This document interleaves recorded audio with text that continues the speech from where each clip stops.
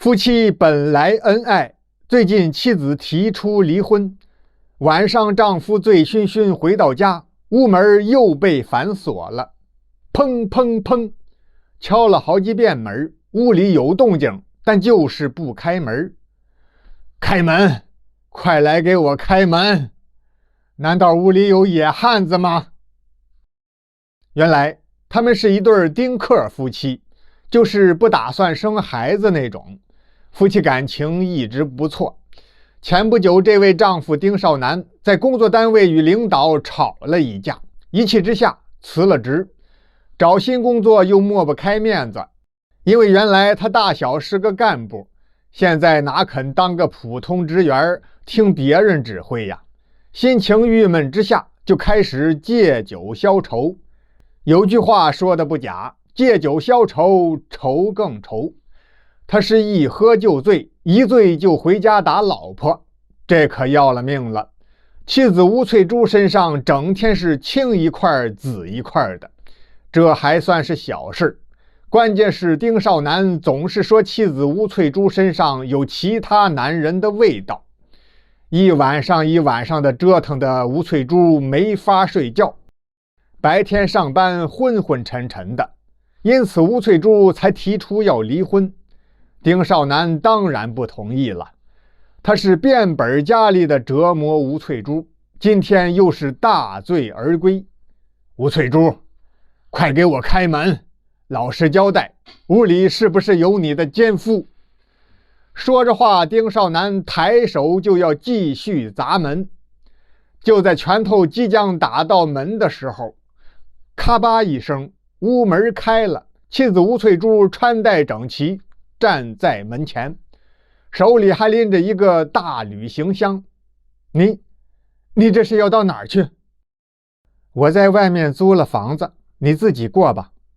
说着话，吴翠珠扒拉开烂醉的丈夫丁少南，拉着大皮箱就冲出家门，进了电梯。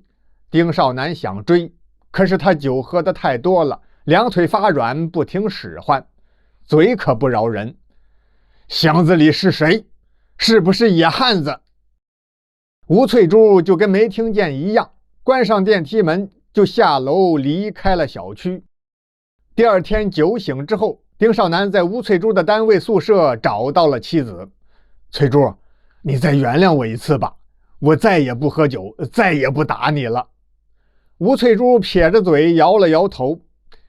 丁少南，说这话你自己信吗？就这样，在吴翠珠的坚持之下，丁少南点头同意离婚。但是他有一个条件，就是要让妻子吴翠珠离婚之后不能再找男朋友再结婚，否则他死也不同意离婚。吴翠珠心想，你这叫什么条件？我不能答应。可转念又一想，管他什么条件呢？只要是离了婚，我就自由了。哪条法律规定你有权不让我再婚呢？关键是现在先把婚离了再说。想到这儿，吴翠珠就点了点头。这一点头可糟了，离婚之后，吴翠珠搬到单位宿舍居住。丁少南3天2头醉醺醺找到吴翠珠的房间，因为楼道两旁都是一间一间的宿舍，里面住的全是一个单位的同事。吴翠珠怕吵到别人，她只好每次都好言相劝，让丁少南回自己家去睡觉。丁少南有时候听，有时候不听，就赖在宿舍过夜。过了些天，吴翠珠心想，不行，这样算怎么回事啊？我们已经离婚了，再说这是单位宿舍，影响实在是太坏了。于是他在外面租了一间房子，搬到出租屋去住。可丁少南哪肯罢手，在单位宿舍找不到吴翠珠，他就盯梢，偷偷跟踪下了班的吴翠珠，将吴翠珠堵到了出租屋内。倒是不再动手打他了，可还是赖着不走。吴翠珠只好辞掉工作，换了一家公司上班，出租屋也换了，心想这回可以踏实了吧？没有，丁少南整天给吴翠珠打电话，手机都快被他给打爆了。下了班的时候还好一点，工作的时间吴翠珠只能把手机调成静音。后来拉黑了丁少南的手机号码，丁少南也有办法，他不停地换手机卡给吴翠珠打电话。吴翠珠无奈之下换了手机号，刚消停了没几天，吴翠珠的住处又被丁少南给找到了。简短截说，半年之内，吴翠珠换了3份工作，搬了4次家，都被丁少南跟踪而至，简直就是鬼影子一样，甩都甩不掉。怎么办？难道我这一辈子就这样被他纠缠下去吗？不行！想到这儿，吴翠珠一咬牙一跺脚，看来我也只能是离开这座生活了20多年的城市了。打定了主意，吴翠珠就开始考虑要去哪儿的问题。她的家庭和社会关系很简单，从小父母离异，各自成家，都去了外地。吴翠珠是跟着奶奶长大的，2年前奶奶去世之后，吴翠珠就没有什么亲人了。思来想去，唯一可以投靠的就是她上大学时候最要好的同学加闺蜜刘静香。刘静香现在在北京工作，丈夫是一位很出色的商人，家庭富裕。对，到静香家先借住一阵子。北京是首都，大城市工作机会也多，没准儿还会是我人生的转机呢。想到这儿，她就打通了闺蜜刘静香的手机。没想到一听说吴翠珠离了婚要到北京去，刘静香非常赞成，听声音就是拿着手机差点跳起来。大珠，你这就对了。大珠是她对闺蜜吴翠珠的亲切昵称。大珠，你这就对了，要不是你早早嫁了人，我早就把你喊来北京了。来吧，来吧，我管吃管住，找工作也包在我身上。闺蜜刘静香和她的丈夫西门刚都是爽快人，家里房间比较多，把吴翠珠安排到了他们主卧室的隔壁房间居住。屋内装修和摆设都很温馨，更换了新床单新被褥，吴翠珠算是在北京安顿下来了。然后首要任务就是找工作，吴翠珠把简历投到了几家公司，结果都没有什么结果。眨眼之间20多天过去了，吴翠珠急得嘴唇都起了大火泡。翠珠，你别着急，这里就是竞争比较激烈，但是你放心，我说过工作包在我身上，就一定说话算数。我昨天已经跟西门刚说了，让他无论如何要帮你想想办法，咱就等他的好消息吧。刘静香话音刚落，她的丈夫西门刚下班回来了。老婆，翠珠的工作我帮她安排好了，在我哥们的公司上班，先在前台熟悉一段时间公司环境，然后如果顺利的话，以后也可以做经理秘书。吴翠珠和刘静香自然都非常高兴，几个人在饭店吃了一顿，算是庆祝。第二天吴翠珠就上班了，到晚上还是住在刘静香他们家。时间很快又过了1个多月，吴翠珠觉得一直住在刘静香家毕竟诸多不便，可要是出去租房住吧，租金也是一笔不小的开支。刘静香多聪明啊，一眼看穿了吴翠珠的心思。大珠，你要是觉得长期住在我这儿不方便的话，离这儿不远我还有一套房子，就是空间小了点，环境也赶不上这里。过几天咱俩过去收拾收拾，你可以搬到那边去住。吴翠珠听完这话，一股热浪涌上心头，她鼻子发酸，眼眶湿润，张开双臂抱住了闺蜜刘静香。静香，你真好，我真不知道该怎样感谢你才好啊。傻大猪，哭什么？别忘了咱俩是铁哥们儿啊。可就在他俩刚刚做完这个决定的第2天，令人万万没有料到的一个灾难发生了。下午下了班，吴翠珠像往常一样回到刘静香和西门刚的家，洗过手之后在厨房做饭。刘静香忽然打来电话：翠珠，我今天公司有个着急的事情得加班，估计很晚才能回家，你少做点饭，跟西门刚2个人吃吧，不用等我了。时间不大，西门刚下班回来了，右手拎着一瓶红酒，左手捧着一束玫瑰花。原来今天是他和刘静香的结婚纪念日。哎，这个刘敬香怎么早不加班晚不加班，单单今天要加班？我都准备好了，本来想烛光晚餐的，他可真是不在乎我们的婚姻。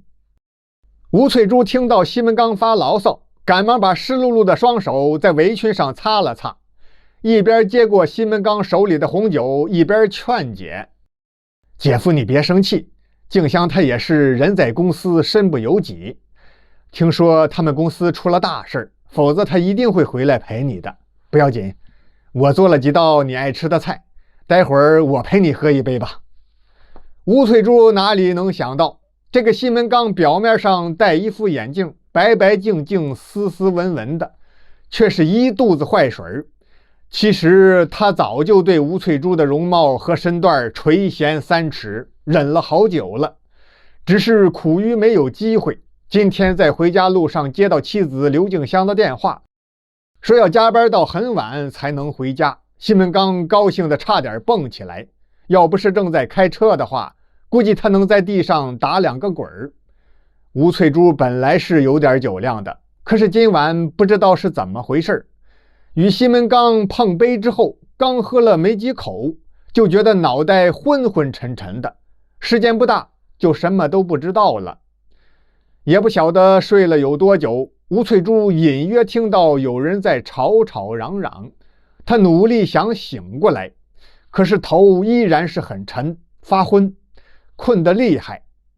又过了一会儿，吵闹的声音越来越大，这回吴翠珠听清楚了，是闺蜜刘静香在隔壁大喊大叫，偶尔还有西门刚辩解和求饶的声音。吴翠珠一下子精神了许多，就发现自己躺在平时睡觉的床上，屋里黑漆漆的，这是天还没有亮。努力回想了一下，哦，对了，我陪着西门刚喝红酒，没喝几口就醉了，然后我就什么也不知道了。哎呀，忽然觉得下半身有些不舒服，他打开床头灯，低头一看，身上和床上有点不干净。哎呀呀，吴翠珠一下子什么都明白了，看来那西门刚人面兽心，是个道貌岸然的伪君子。他肯定是在酒里下了药，现在不知怎么被他的老婆我的闺蜜刘静香给发现了，两个人准是在为此事争吵。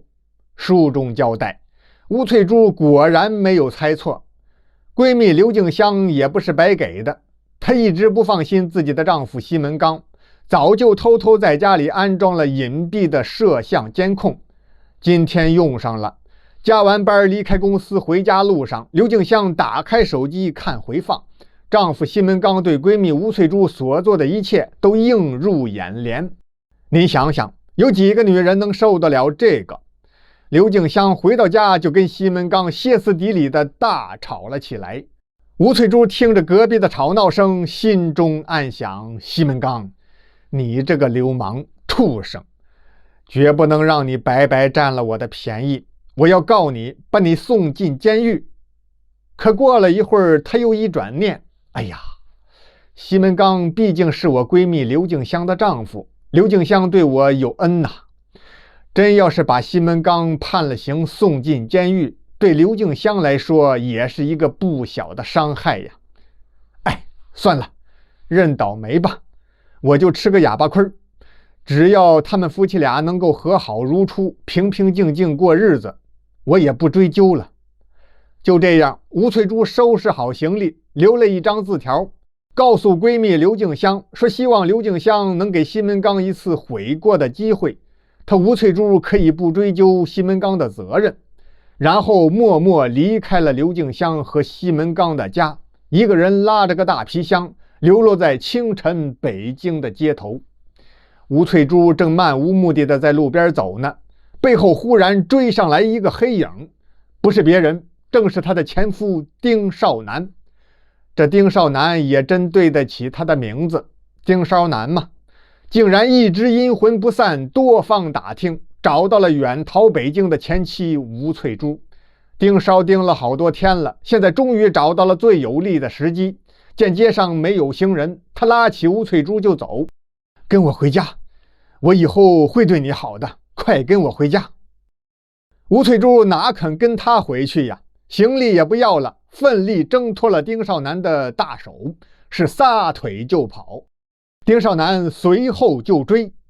就在这紧要关头，有一位晨跑的小伙子见义勇为，救下吴翠珠，将丁少南扭送到了派出所。录完笔录之后，丁少南接受拘留教育，后来被遣送回了户口所在地。救人的小伙子名叫李大学，是个中学教师。一来二去呢，吴翠珠与李大学擦出了爱情火花。不久之后，两个人步入了婚姻的殿堂。婚礼上，吴翠珠的闺蜜刘静香也送上了贺礼。翠珠，我已经起诉要跟那个畜生离婚了，以后希望咱俩还是好闺蜜。吴翠珠身穿婚纱，抬手拉住刘静香的胳膊：“静香，咱俩永远是最好的闺蜜。不过你还是应该给西门刚一次机会，也是给你自己一次机会。只要他不再犯错，你们就好好过日子吧。”再婚之后的吴翠珠慢慢改变了以前的丁克思想，2年后为丈夫李大学生了一个白白胖胖的男孩。